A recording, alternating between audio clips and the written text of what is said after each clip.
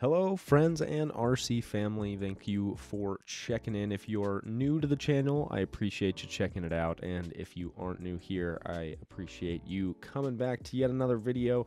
This one, we're taking a look at RANGO the DeSoto, doing a run through a 10-gate course that we had set up here in Little Moab, Utah last weekend. Just a little practice course.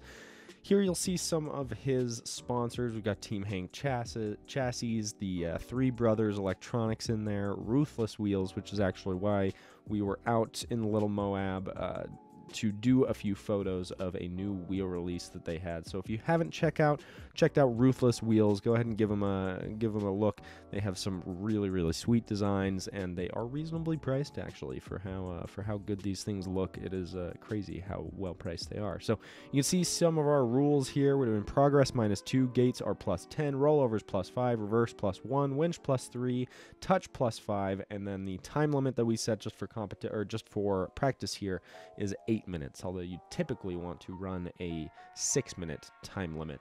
We are just trying to kind of get more familiar with our rigs and our equipment, so we figured we want to give people a little bit more time to do so. So that second gate right there that he just went through and tumbled over, that gate got absolutely everyone. I don't know that anyone was able to cleanly get down that without a rollover.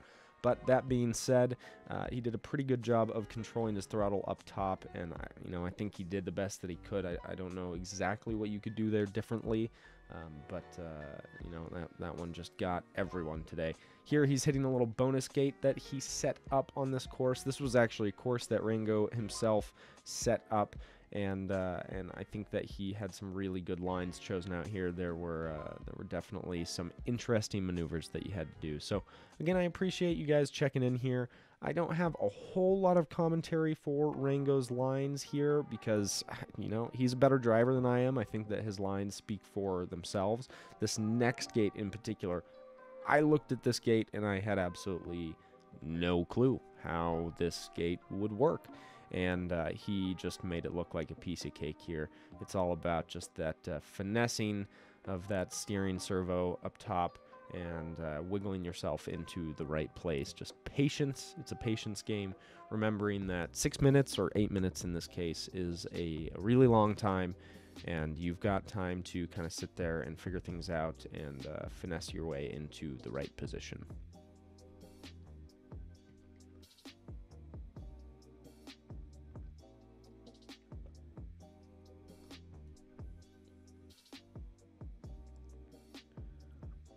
See he's floating that driver's side front tire and just trying to push the entire front axle over to the passenger side right now, and he's just about to clear through that gate. Once you get your front axle through on this one, it's pretty much a no-brainer at that point. Clearances on these Class 2 rigs are so good that there's not really too much of a concern of your belly hanging up there and causing problems. Here's a little cameo from Dustin. If you don't follow, I think it's D's Company on Instagram, I'll go and double check that and throw up a link or a little tag for him on this video. But if you don't follow him and you're into the competitive side of things and just seeing someone try out a bunch of different things on their rig and really go hard on becoming a better competitive driver, I definitely recommend you go check him out. That one was a really tough gate for everyone, and RANGO made that one look like a piece of cake. Typically, there's another entry to that gate, but it was covered in snow that time, so it made things a little bit more interesting, but he didn't have a problem there at all. This gate was also very difficult. Again, all of these gates really fun, really difficult, challenging in different ways each time.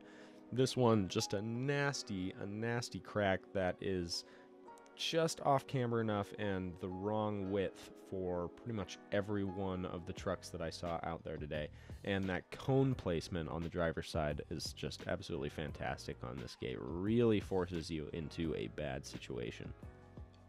You can see he almost gets through here without dropping, but as soon as you lose contact with that rear tire on that passenger side, it's over. Your driver's side front tire pops up, and there's no way to get it to settle back down in a way that's well convenient for getting through the gate without hitting a cone.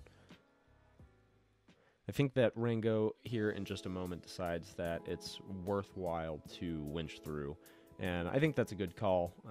There's a time and a place for deciding that you're just going to hit a gate and you're running out of time and you don't want to spend that much time on a gate and then not get through it cleanly. So I think this was a good kind of compensation, or not a compensation, a good middle ground to strike here, where he really did try to get the gate without the winch, but once he realized he was in a position where he had he'd committed a lot of time to it and it looked like he might not get through clean, the winch was the right choice.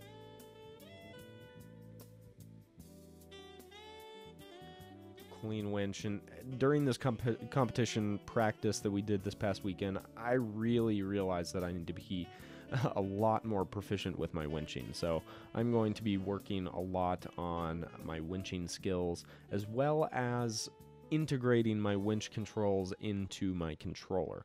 That's something that, if you are thinking about adding a winch, you don't have one right now, I would highly recommend considering just going right off the bat, being able to control your winch off of your controller instead of having to have a separate winch controller. It can be nice to have that separate winch controller from time to time, but generally speaking, having it on a button accessible to you while you're driving is going to be the way to go. And that's what Rango's doing here. You can see actually his thumb underneath his steering wheel on his controller is controlling his winch with just I believe just a toggle switch, essentially. Not a toggle switch, but a two-position switch. Three-position switch, probably. Very, very vertical, that one. The closest that I saw anyone get was Rango in another one of his rigs that's got a little bit of a lower center of gravity than this one does. I'll be posting a video of that run as well later, and we can do a breakdown of what I thought the pros and cons of that one are. We've got a few videos from this practice session coming up here soon, so you'll see more from it. But generally speaking, I think this was a really good idea to winch up that first part and then just try to use the grip that you have once you get up that really steep section through the gate here. So I think that that was another good call on a winch, and that was only his second winch, and I think that was the last winch that he did. Now you'll notice there he just took his winch hook and he slapped it onto his hood and it stuck there. He does something really smart. He actually puts neodymium magnets and just glues them to the underside of his hood. I thought that was brilliant. It allows him to just slap his, or just kind of throw his winch line onto his hood, and it'll stick there. That way he doesn't have to waste too much time. This gate, just another nasty crack, although his truck just makes that look absolutely easy.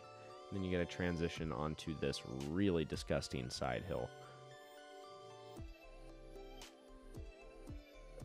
Let me know what you guys think about this transitioning to 50% speed when we get to the gate. I'm kind of just trying to give you guys a little bit more time to assess what's going on. So I know some of these gates, some of these transitions, or the moves that you have to make happen really quickly, and so slowing it down to 50%, at least for me, helps me kind of absorb what's going on a little bit more. So that's going to be the end of this one. He does end up touching that gate there. Time 6:17, points 2 rollovers, 2 winches, 1 gate, 10 progress, so a total of +6. All right, and that is what we have. So thank you guys very much for watching. I appreciate it. If you like this video, go ahead and like it. If you want to see more content like this, go ahead and subscribe to High Noon Hobby. We'll be doing new videos every Friday and Sunday for 2022. All right, guys, we'll see you in the next one. Cheers.